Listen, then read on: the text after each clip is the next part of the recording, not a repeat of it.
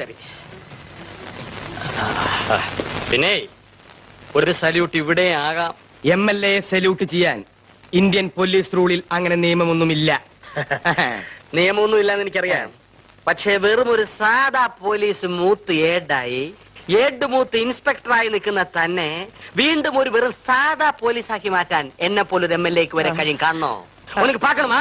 MLA നിന്നെ നല്ല നീ കട്ടപ്പുമ്മ ഫാമിലി.